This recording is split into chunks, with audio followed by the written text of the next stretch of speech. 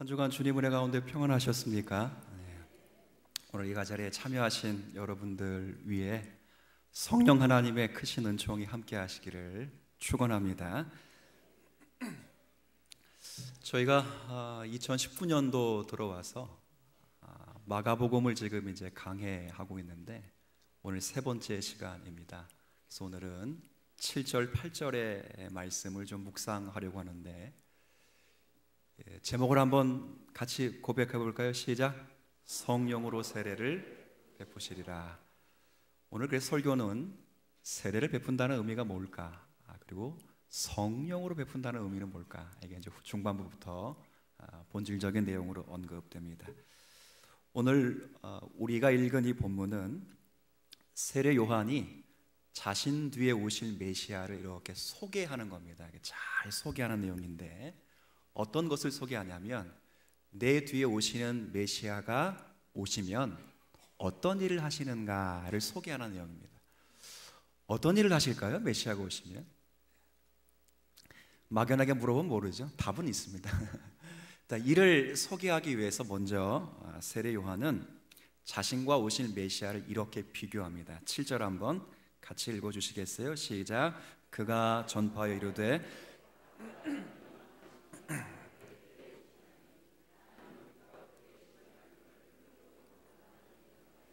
네, 아멘.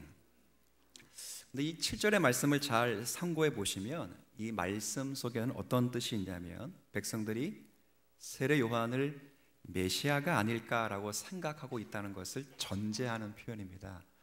왜 그러냐면 동일한 복음의 내용이 누가복음 3장 15절에 기록되어 있는데 그 앞부분에 그 내용에는 이렇게 기록되어 있어요. 백성들이 바라고 메시아를 기다림으로 모든 사람들이 요한을 혹 그리스도이신가 심중에 생각하였다라고 되어 있습니다.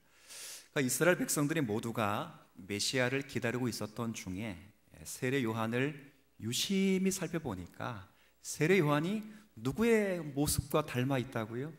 오실 메시아의 모습과 닮아 있어서 혹시 그가 메시아가 아닌가 모든 백성들이 그렇게 생각을 했다는 것입니다. 그만큼 세례 요한의 행동은 메시아로 여길 만큼 그 당시에 많은 영향력을 끼쳤다는 것을 반증하는 것입니다. 실제로 성경학자들에 의하면 온 유대 지방과 예루살렘이 그의 영향력 아래 있었다 그렇게 이야기를 합니다. 얼마나 많은 사람들이 세례 요한에게 세례를 받았을까? 책을 읽다 보니까 또 이것도 연구하신 분이 계시더라고요. 세례 요한에게 세례받은 사람이 얼마나 될까? 쭉 연구하신 분의 데이터를 보니까 세례 요한에게 세례받은 수가 아마도 30만 명은 될 거라 이렇게 추정했습니다. 놀라시지도 않는군요. 네, 그럴 줄 알았습니다. 생각을 해보십시오. 제가 평생 세례 몇 명 베풀겠습니까? 평생. 제가 1년에 세례 몇 명 베풀까요? 그렇죠. 많이 못 베풉니다. 그런데 단기간의 사역을 따라서 30만 명에게 세례를 베풀었다는 것은 온 유대와 예루살렘이 그의 영향력 아래 있었다는 것을 반증해 주는 것입니다. 얼마나 큰 인기를 누렸겠습니까? 하지만 요한은 자신이 메시아가 아닐 뿐더러 백성들이 자기를 주목하기를 원하지 않았습니다. 그 자신은 그리스도를 소개하러 온 자이기 때문에 자기가 눈에 띄면 안 된다는 것을 분명히 두었습니다. 그래서 사람들에게 이렇게 말합니다. 나보다 능력 많으신 이가 내 뒤에 오시나니 나는 그분의 신발끈을 풀기도 감당할 수 없다 이렇게 말하죠. 갑자기 왜 신발끈 이야기가 나왔을까요? 당시 신발끈을 푸는 것은 누가 하는 일이냐면 노예들이 하는 노예들. 그러니까 노예들 중에서도 최고로 천한 노예들이나 신발끈을 풀어줬습니다. 그래서 유대 랍비의 전승들을 보면 랍비들이 신발끈을 풀어주는 게 있어서 제자가 스승을 섬기는 목록에서 이 목록은 금지시켰습니다. 그러니까 제자가 스승을 좀 섬겨드리고 싶어서 봉사 목록을 쭉 정해놨는데 그 봉사 목록에는 뭐는 없다고요? 신발 끄는 건 없어요. 왜? 신발 풀고 신발을 묶는 건 누구만이 하는 거예요? 노예만 하는 거거든요.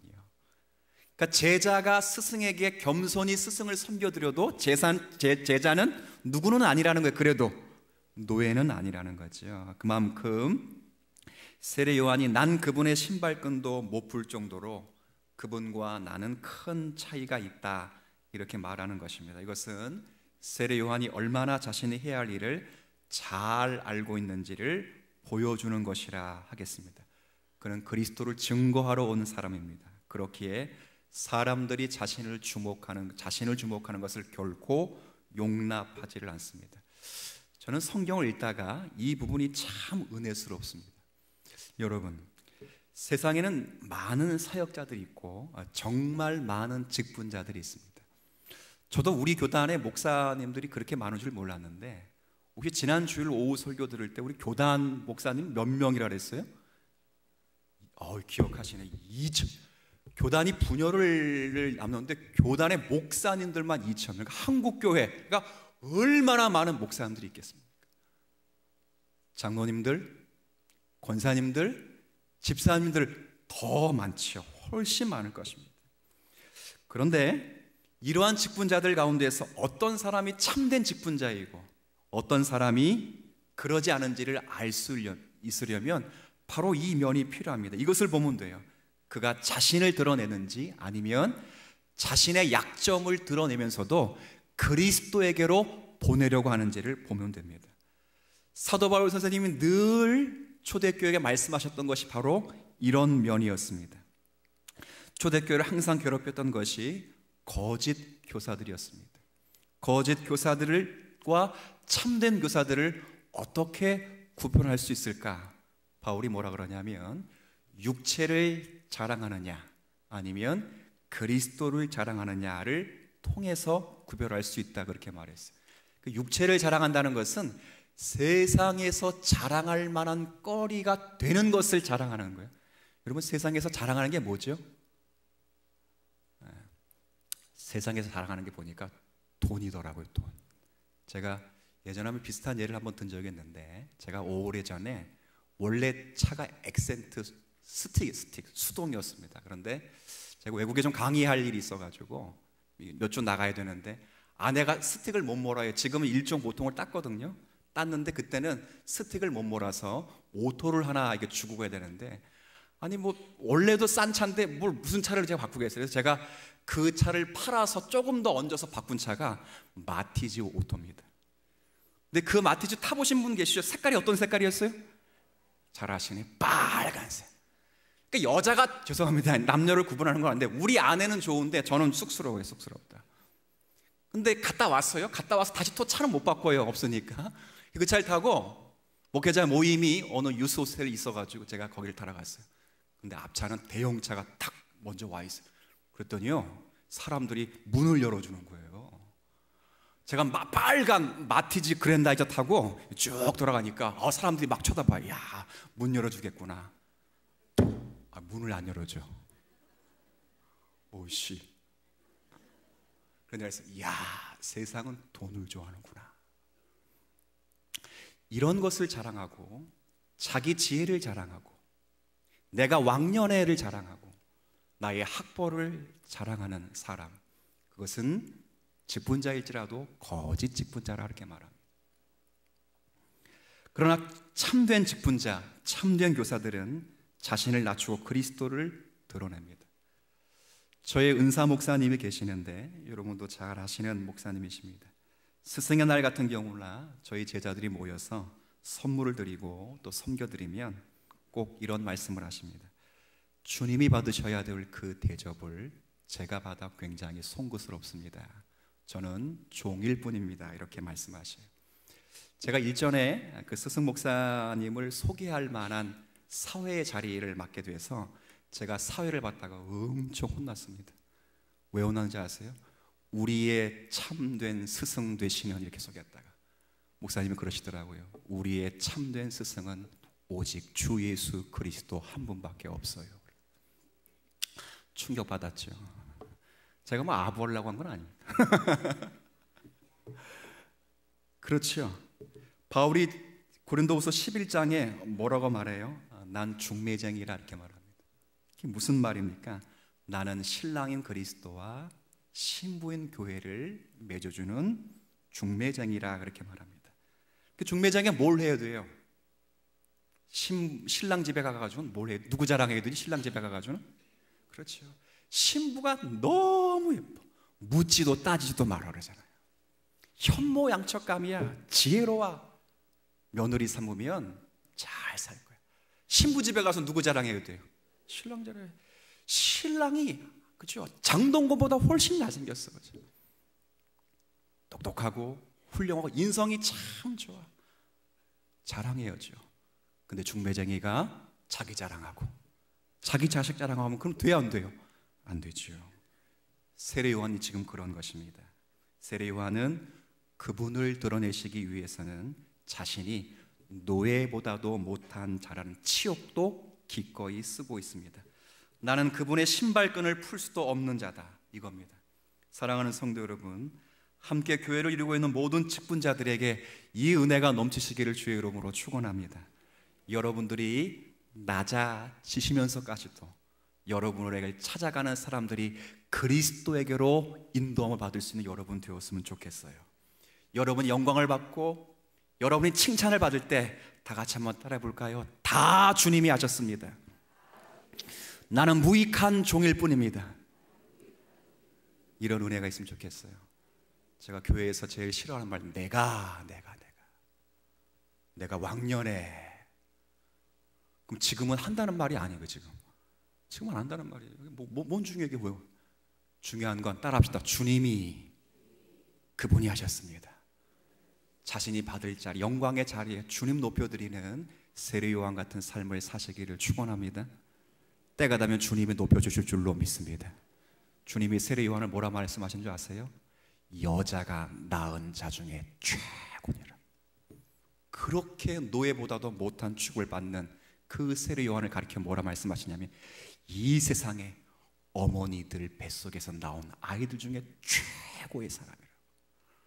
주님이 높여주시면 그게 최고가 되는 것입니다. 이 부분은 사실 오늘 다룰 주제가 아니기 때문에 그냥 넘어갑니다. 자, 계속됩니다. 세례 요한이 말을 하죠.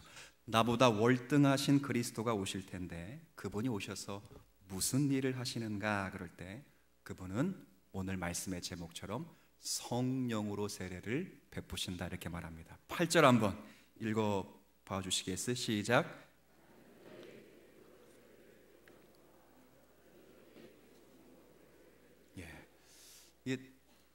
세례 요한은 물로 세례를 베풀지만 예수님은 뭘로 베푼다고요?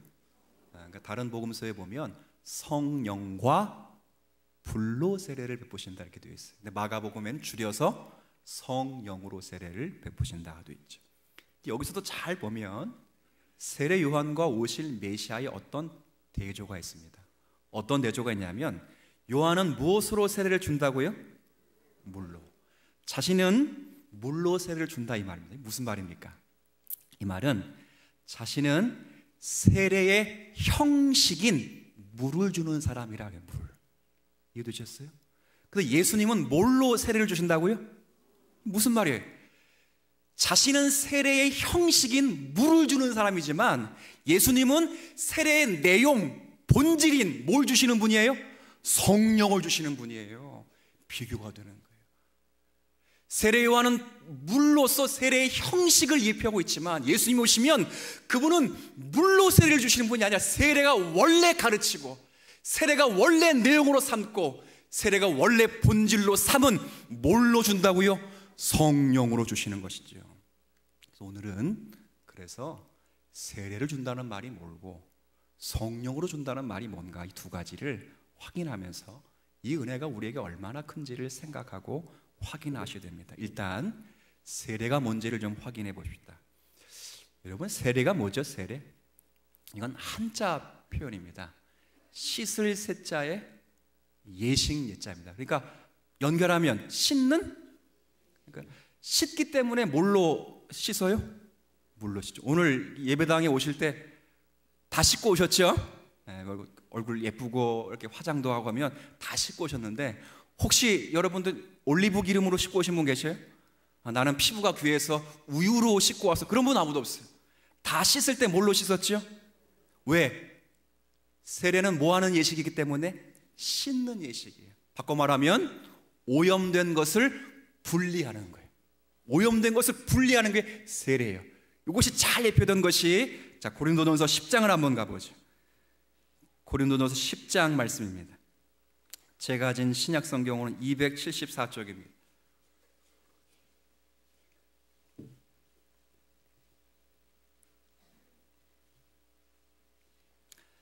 고린도전서 10장 1절, 2절을 제가 읽고 3절, 4절은 여러분이 읽어주시면 돼요. 고린도전서 10장 1절과 2절 제가 읽겠습니다. 형제들아, 나는 너희가 알지 못하기를 원하지 아니하노니 우리 조상들이 다 구름 아래 있고 바다 가운데로, 그 다음 뭐라고 되어 있어요? 세례의 중요한 의미입니다. 지나며. 2절 모세에게, 그 다음 뭐라고 되어 있어요? 속하여. 두 가지 의미가 굉장히 중요해요. 지나며, 속하여. 다 구름과 바다에서 뭘 받았어요? 3절 4절 같이 있습니다. 다 같은 신령한 음식을 먹으며 다 같은 신령한 음료를 마셨으니 이는 그들을 따르는 신령한 반석으로부터 마셨음에 그 반석은 곧 그리스도시다. 여기 보면 이스라엘 백성들이 출애굽해서 홍해를 건너갈 때 저들이 구름과 바다를 건너면서 세례를 받았다라는 말이 나옵니다. 기억해야 될 부분이 지나며입니다. 건너다. 이 말은 굉장히 중요한 말입니다. 이 말은 이전의 상태에서 건너왔다, 지나왔다는 거예요. 그러니까 이스라엘 백성들이 이전의 상태인 노예의 상태에서 지금의 상태인 자유인의 상태로 어떻게 왔다고요? 지나왔다, 건너왔다는 거예요. 근데 어떻게 건너왔어요? 2절에 누구에게 속해서? 그렇지, 이게 세례의 의미예요. 이스라엘 백성들이 노예의 상태에 있었는데 지금은 자유인의 상태로 건너왔어요. 근데 어떻게 건너왔어요? 누구에게 속해서? 그렇죠, 이 부분이 예수님이 하실 일을 예표한 표현이에요. 어떻게 이스라엘 백성들이 홍해를 건너올 수 있었는가 할 때 저들이 모세에게 속하여 나올 수 있었듯이 우리가 어떻게 죄와 사망 가운데서 이 지금의 진리와 생명의 자리로 건너올 수 있었는가? 누구에게 속해서? 그렇죠, 옛날에 이스라엘 백성들이 누구에게 속했던 것처럼 지금 우리는 예수 그리스도에 속하여 죄와 사망 가운데 건너와서 지금의 진리와 생명과 구원의 자리에 있는 줄 믿습니다. 그렇죠. 그래서 세례의 굉장히 중요한 의미는 따라해 볼게요. 속하다. 세례의 중요한 의미가 뭐라고요? 속하는 거예요. 속하는. 누구에게 속하는 거예요? 그래서 신학적인 용어로 연합이라는 표현을 쓰는 거예요. 그런데 이 연합은 세례 요한이 뭘로는 못 만든다고요? 물로는 못 만들어요. 이 연합, 이 속하는 것은 오직 성령 하나님이 하시는 역사인 줄 믿습니다. 물이 죄를 씻어내고 죄로부터 오염된 것을 분리하고 그리스도께 연합했다는 것을 예표하는 것이 분명하지만 물이 죄를 씻어내는 것이 아닙니다. 물이 여러분을 죄로부터 오염된 것을 분리시키는 것이 아닙니다. 물이 여러분을 그리스도에게 연합시키는 것이 아닙니다. 그건 형식입니다. 예표입니다. 예수 그리스도께서 보내신 성령께서 저와 여러분을 죄에서 건지시고 사망에서 건지시서 예수 그리스도에게 연합시켜 주신 줄로 믿습니다. 성령께서 하신 게 성령께서. 그 세례 요한이 세례를 받으라고 하면서 나는 물밖에는 세례를 줄 것이 없다. 이 말은 뭐예요? 나는 너희들을 구원할 수 없다. 그 일은 성령을 주시는 예수 그리스도가 하시는 것이다, 그 말이죠.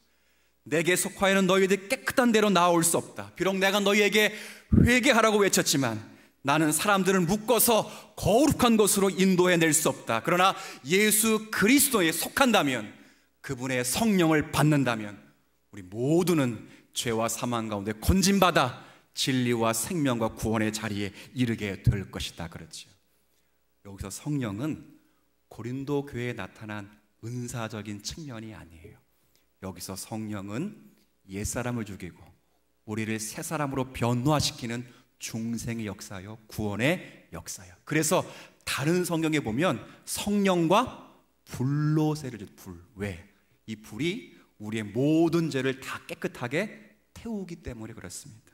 그런데 그 인생의 변화 중생은 요한은 만들어낼 수 없지만 우리들이 예수에게 속하여 가능하게 됐고, 그가 성령을 우리에게 주셔서 우리의 죄를 깨끗하게 씻어주시고 우리를 믿게 하셔서 예수 그리스도와 연합시키셔서 그가 내 안에, 내가 그 안에 거하게 하시는 은혜를 누리게 하셨죠. 그러면 이제 우리가 이런 질문을 해야 됩니다. 도대체 예수께서 하나님이시잖아요. 예수께서 구원이시잖아요. 구원자이시잖아요. 근데 왜 굳이 성령을 보내셔서 우리 안에 거하게 하시는가? 이 부분을 좀 생각하셔야 됩니다. 그냥 좋으니까 주시나 보다 이렇게 생각하면 절대 안 됩니다. 예수께서 복음서에서 말씀하신 그 내용으로 반드시 우리가 조금 이해를 해야 됩니다. 요한복음 16장을 한번 좀 가볼까요? 요한복음 16장 7절부터 15절까지 말씀을 교독하도록 하겠습니다. 요한복음 16장입니다.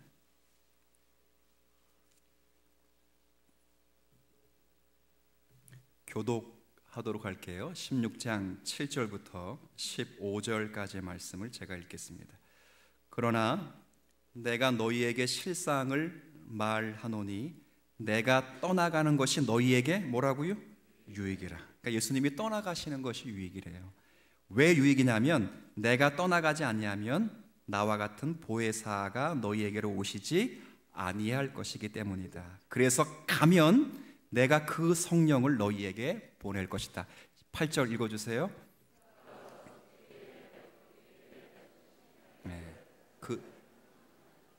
성령이 하실 일이에요. 9절에 죄에 대하여라 함은 그들이 나를 믿지 아니하며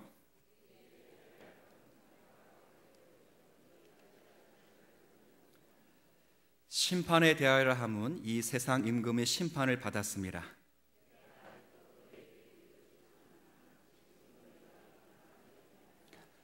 그러나 진리의 성령이 오시면 그가 너희를 모든 진리 가운데로 인도하시리니 그가 스스로 말하지 않고 오직 들은 것을 말하며 장래일을 너희에게 알리시리라.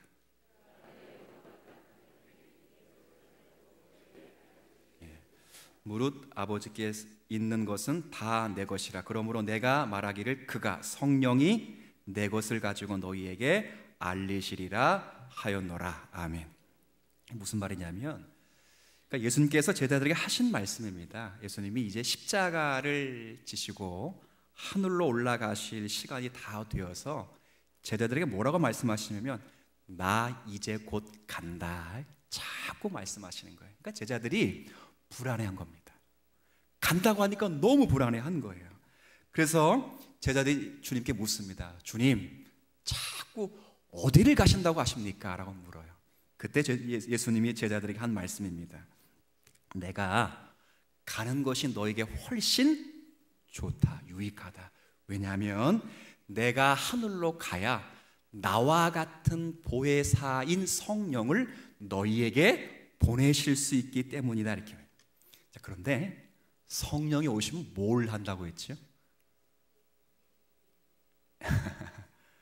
아니, 성령이 여러분 읽었어요. 여러분이 8절을 읽었단 말이에요. 8절 읽어보세요. 시작.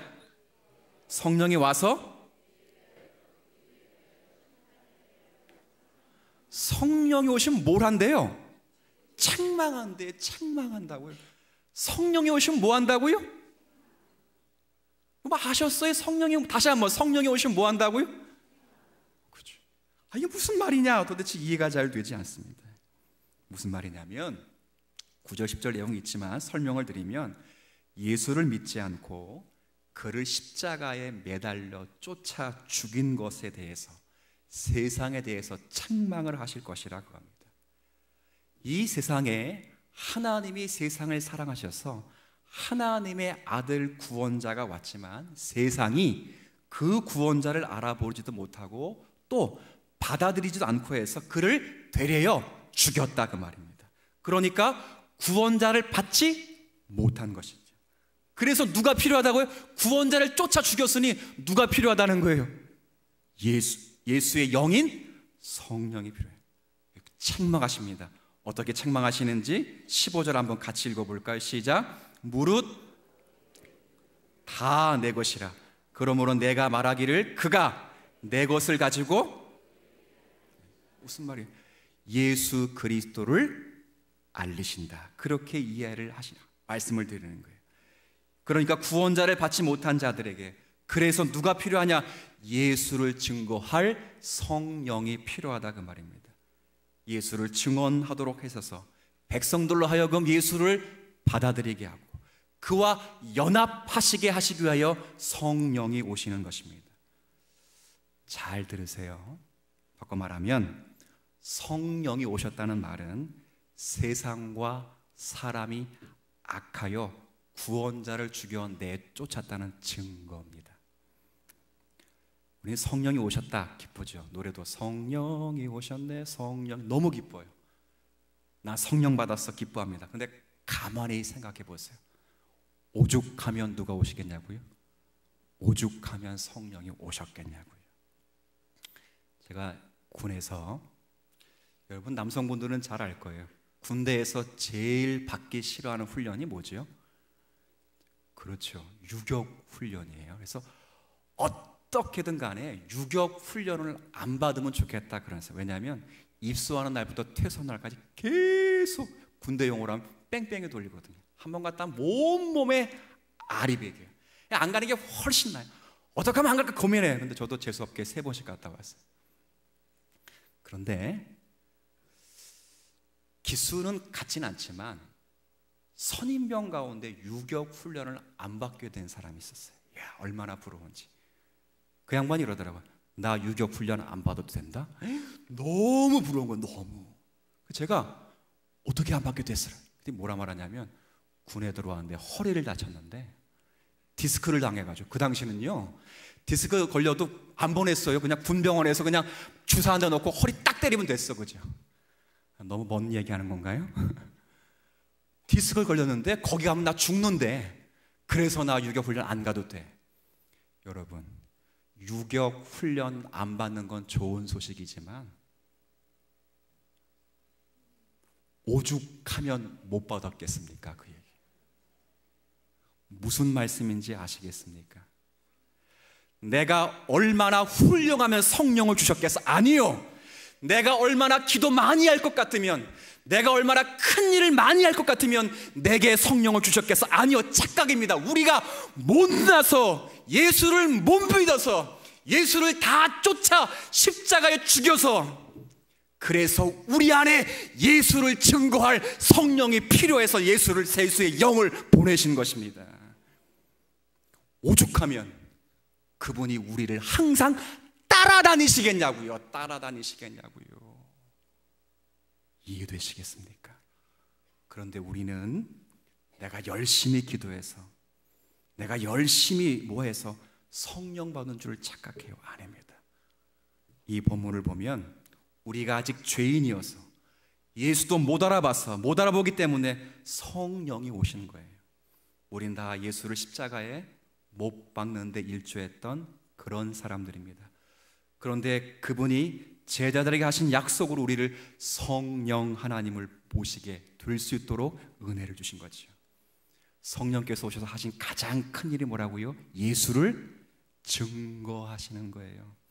예수가 구원자이시며 예수 안에만 생명과 진리가 있으며 그분께 기도하게 하시고 그분을 구하게 하시고 그분 앞에서 울 수 있도록, 그것 자체가 성령이 오셔서 역사하신 증거인 줄 믿습니다. 생각해 보세요. 우리는 아무도 예수를 못 봤어요. 여러분 가운데 예수 보고 믿는 사람이 있어요? 아무도 못 봤어요. 보여준다고 해서 믿는 거 아니에요. 제가 보여준다는 게 얼마나 위험한지 한번 보여드릴게요. 어릴 때 성탄절 뭐 이런 날 부활절 그러면 꼭 TV나 교회에서 영화를 보여줘요. 누구 영화 보여주죠? 예수님 일대기. 그러면 예수님이 꼭 어떻게 생겼냐면 꼭 머리는 무슨 색깔이에요? 왜 예수님은 그때 금발이에요? 금발. 눈동자는 파래요. 생긴 거는 잘생겼어요. 현빈처럼 생겼어요. 딱 생기고 금발의 머리에 눈동자는 파래. 저는 예수님이 옛날에 실제 그렇게 생겼을 거라 생각했어요. 근데 오랜 시간이 흘러서 학생 때 몽골에서 선교하는 선교사님이 몽골의 기독교 영화를 보여준다고 해서 틀어줬어요. 그런데 예수님이 머리가 깜짝하게 까맣게, 눈동자는 시커매, 얼굴은 몽골 사람 둥그래. 그래서 제가 시험에 들었어요. 예수님이 정말 그렇게 생겼는가? 여러분, 보여준다는 게 좋은 게 아니에요. 예수님 본다고 믿을 수 있을 것 같아요? 아니에요. 우리는 예수님의 얼굴을 한 번도 못 봤지만 그분이 기록하신 말씀을 듣고 우린 예수가 살아계시고 지금도 살아계신 하나님의 아들이심을 믿어요. 이게 어떻게 가능해요? 어떻게? 우리 안에 성령이 오셨기 때문에 그렇습니다. 성령이 오셨다고요. 성령이 오셔서 우리는 예수를 죽이고, 우리는 예수를 십자가에 못 박히고 예수를 쫓아냈는데 그 성령이 강권적으로 우리의 심령에 오셔서 그 예수 그리스도를 증언케 하시고 그 예수 그리스도를 믿게 하시고 죄로부터 우리를 모든 것을 씻어내요. 분리된 자리에 초청하여 예수 그리스도와 연합하여 내가 그 안에, 그가 내 안에 계시는 역사를 만들어내신 줄 믿습니다. 묶은 거예요. 그것이 성령으로 세례를 베푸신 증거예요. 그런데 교회가 잘못하는 것이 자꾸 뭐냐면 이러한 성령의 사역을 오해하는 거예요. 잘 들으세요. 성령은 예수 그리스도를 증거하는 영이에요. 다시, 성령은 어떤 영이라고요? 여러분 심령 안에 성령이 계십니까? 자신이 없어요. 여러분 안에 성령이 계신 줄로 믿습니까? 여러분 안에 누구를 증거하신다고요? 그렇지. 그분은 우리를 보살피는 보혜사이시며 우리를 설득하시는 증인이시며 우리를 인도하시는 인격자이신 전능하신 하나님이십니다. 근데 우리의 교회의 실수는 그 성령을 능력으로 보는 거예요. 능력으로. 명령하지요. 성령을 꾸짖는 목사도 있더라고요. 그래서 강요하죠. 너 이런 체험 해봤어? 너 이런 능력 있어? 그렇게 성령을 휘두르고 다니며 자랑하고 다니는 용도로 쓰는 것입니다. 하나님이 나를 특별하게 대우해 주셔서 나는 성령으로 이런 체험을 했다. 아닙니다. 성령이 오신 것의 가장 큰 증거는 구원자이신 예수를 믿고 그분을 사랑하게 된 것입니다. 능력, 체험, 개인적인 환희 이런 데로 가면 안 됩니다. 정말 실수입니다. 이것은 부차적인 것입니다. 어떤 한 성도에게 있을 수도 있고 없을 수도 있습니다. 그가 성도임에도 불구하고 없을 수도 있습니다. 그것보다 훨씬 중요한 것은 성령은 예수가 보내시는 예수의 영이시기 때문에 그 예수의 영이 우리 안에 계시면 우리가 그리스도가 하나가 되기 때문에 그분을 사모하게 되고 그분의 위로와 그분의 말씀을 안에 거하기를 기뻐하도록 바뀌어 가는 것입니다. 이것이 성령 충만의 결과이고 성령 받은 성도의 열매입니다. 성령이 오시면 예수를 소개하고 그분의 생명으로 우리를 채우십니다. 점점 더 저와 여러분들이 그리스도를 닮아가고 그분을 따르기를 소망하며 간구하는 것입니다. 누구처럼요? 바울처럼요. 바울의 평생의 소망이 뭡니까? 바울보다 성령 충만한 사람이 여기 가운데 있습니까? 없습니다. 바울의 가장 큰 기도 제목은 뭡니까? 바울의 평생의 소원은 뭡니까? 바울의 평생의 소원은 나는 내 주 그리스도를 아는 지식 외에는 모든 것을 다 해로 여겼나니 배설물로 여겼니. 왜냐하면 내가 그리스도 안에서 발견되게 하려 함이라 그랬어요. 그리스도로 덧립기를 소원했다 그 말입니다. 이 시간 여러분 자신을 살펴보기를 원합니다. 말로만 성령 하지 마시고 예수를 정말 닮고 있으며 누구를 쫓아가는지를 보십시오. 성령의 사람은 자연스럽게 그리스도의 사람으로 변화될 것입니다. 성령은 끊임없이 우리 인생에 대해서 말씀하시며 우리의 인생으로 하여금 죄와 싸우게 하시며 우리를 거룩한 사람으로 변모시켜 우리를 영화의 단계까지 이르게 하실 것입니다. 때론 말씀을 깨닫게 하십니다. 때론 여러분의 양심에 말씀하십니다. 그리고 결국 그리스도의 아름다운 형상을 만들어낼 것입니다. 은혜를 베푸시지요. 우리를 하나님 말씀으로 인도하시죠. 그러나 그분이 계시는 한 세상은 우리를 이길 수 없습니다. 왜냐하면 성령은 전능하신 하나님이시기 때문에 그렇습니다. 그럼 여기서 딱 하나, 여러분들이 성령을 받았는가 안 받았는가, 성령으로 세례를 받았는가 안 받았는가 어떻게 할 수 있을까요? 아까 자신 있게 답을 못 하시던데 제가 자신 있게 대답할 수 있도록 여러분이 말씀드립니다. 고린도전서 12장 3절의 말씀 보면, 안 찾아도 돼요? 여기 있네요. 자, 시작.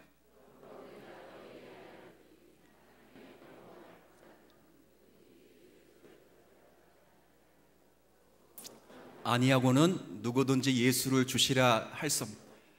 성령이 아니고서는 예수님을 나의 구주라 말할 수 있다 없다? 없다요. 여러분이 예수를 나의 구주, 나의 하나님으로 지금 인정하신다면 여러분은 성령의 세례를 받으셨고 죄에서 사망에서 생명으로 진리로 옮겨오셨으며 그분과 연합되었고 그분의 영이 지금도 저와 여러분에게 좌수하셔서 여러분을 그리스도의 사람으로 완성시킬 걸 믿으시길 바랍니다. 이것이 우리가 받은 축복입니다. 넘어지고 실수도 괜찮습니다. 성령 하나님 만들어 가실 것입니다. 눈물 흘리고 웃고 울고 해도, 분노하고 부딪히고 좌절하고 도전하고 깨져도 괜찮습니다. 그때마다 성령이 여러분을 도우셔서 진리로 인도하실 뿐 아니라 여러분 안에 그리스도의 형상의 생명을 풍성하게 하실 것입니다. 이 은혜를 이미도 받은 자답게, 성령의 세례를 받은 자답게, 아니 성령이 우리 안에 계신 자답게 그리스도와 연합된 우리의 신분을 귀히 여기시고 장성한 분량에까지 자라가기를 여러분의 소원으로 삼는 오늘의 말씀 되시기를 주의 이름으로 부탁을 드리겠습니다.